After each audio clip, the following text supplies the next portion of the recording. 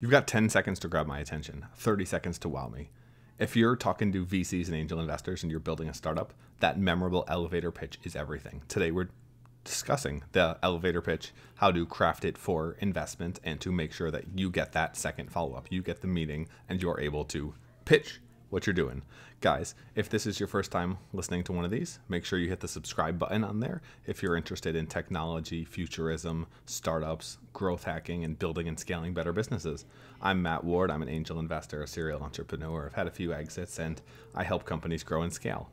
So you have one chance to make a first impression. One chance. If this is your first time tuning into this channel, this is all I've got to get you. If I don't get you here, if this isn't incredibly valuable, if this doesn't help your startup get funded, you're probably not coming back. And the same is true for your startup. If you don't grab customers, if you don't grab venture capitalists, they're not going to give you their money. They're not going to make you their go-to provider. You are gone. You are dead. There's much too much happening in the internet today. There's much too much opportunity for people to have enough time to give a shit about you. You have to grab their attention. Short, sweet, and to the point. I help startups. I help them grow, scale, and find funding. That's pretty good. It's decent, but it's not good enough. It's not specific enough with who I'm helping, how, why now. There's a lot of things that we're going to jump into in this video to help you with crafting the perfect elevator pitch for your business, because every business does need that elevator pitch. You're going to meet someone, and when you're able to wow them in that 10 to 30 seconds that you've got, well, maybe you have that follow-up meeting and you're able to raise funding and become the next successful billion-dollar business. But if you don't have it right off the tip of your tongue, you are not going to make it there. So my first question for you, who's your target market? There's no mass market problems. There's no mass market products. If you're building something for everyone, you're building something for no one. It is a worthless product that people will not use. Even if you are building something that could be valuable for lots of people, you've got to niche it down. You've got to figure out who are the early adopters, who are the people that are going to get on this product first, and that's who you make your messaging for. That's who you make your product for, and eventually you can grow and scale. Facebook was incredibly successful because it was a hookup app essentially for college kids at Harvard, and then in the Ivy Leagues, and then the college kids in general, and eventually it grew and expanded beyond that. But to be able to reach that adoption point, to be able to get that critical mass necessary, they had to focus on a niche, and they focused on the niche of college students, and they killed it with that. So for you, who's your target customer? When I think about early stage companies, I think there's Uber, there's Airbnb. If I'm advising startups, am I advising those guys? No, they're way too big. They're much too successful for the people that I would be working with. And yet, when I have in my pitch, in my little 30-second elevator pitch, I help startups grow, scale, and find funding. That's not very specific. If your pitch isn't very specific on who you're helping, how you're helping them, and why, then you're not going to be able to raise much money either. So you got to find that niche and fill it. How you help is important too. You need to have bold claims, but you've got to back those claims up. If you are the greatest thing since sliced bread, why the hell do people care? What is the reason behind that? You have to be able to get VCs not only interested, but they have to have you've got to get past their bullshit meter, because these guys are talking to tons of startups, tons of founders, and tons of really interesting, most innovative people in the world type people. What makes you stand out, and what makes you not full of crap? Attention spans are so short, you've got to be able to grab that attention really quickly. Let's look at a couple really good elevator pitches. These are just ones that we came up with. Slack, they help businesses and organizations communicate with a simple interface. Uber, we help individuals get from A to B with a simple ride-sharing app. Amazon, we help people buy and sell things online. Facebook, we help individuals stay connected and share experiences with friends and family. You help X achieve Y. That's a great formula to get started on your elevator pitch. If this is good so far, hit the subscribe button. We're going even further though, because you know what? The why matters too. What determines whether or not you get investors, whether you got employees?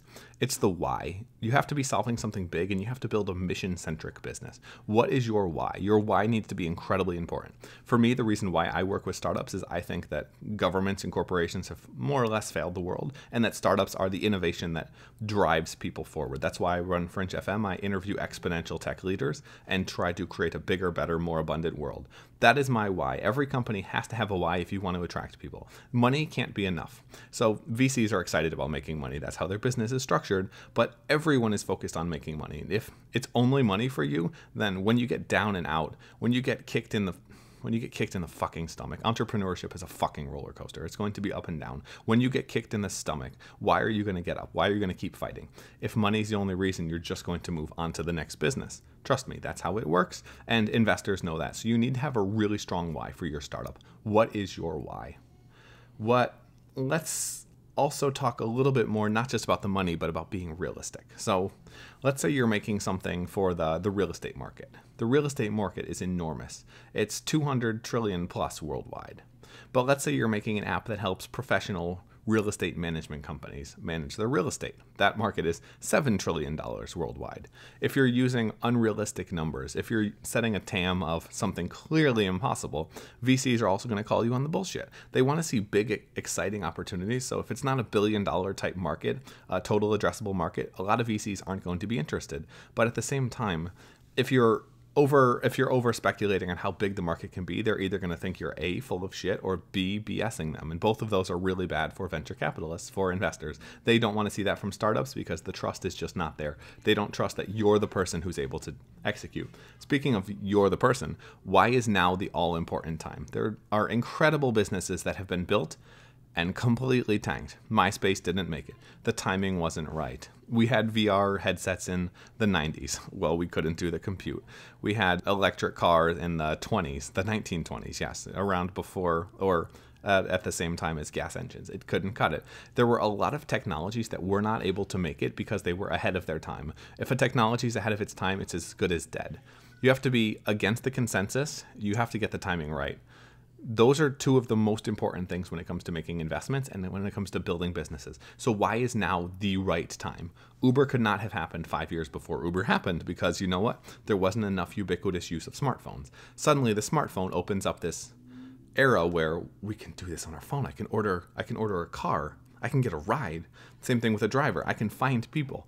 This interface, this marketplace was not possible before that. Why is that not possible for your startup? Why was this 2, 3, 4, 5 years ago? Why could that not have been done? And why is now the perfect fucking time for your company to build something incredible? That's what you really want to get investors hooked on. Scarcity sells. It's now or never. So if they don't get on board, you're going to find someone else and become a massive business either way.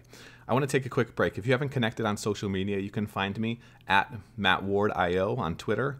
I have a website, mattward.io, and we talk about exponential technologies at fringe.fm and angel investing in early stage tech companies at thesyndicate.vc. Would love to see you guys there, connect, leave some comments, etc. in the show notes if this has been valuable for you guys. And now the last and most important thing, building your perfect pitch. There's 5 questions you have to answer. Who, how, why, how big, why now? If you answer those 5 questions for yourself, you will be successful when it comes to pitching companies. Here's an example. This is an elevator pitch that took us 5 minutes to put together.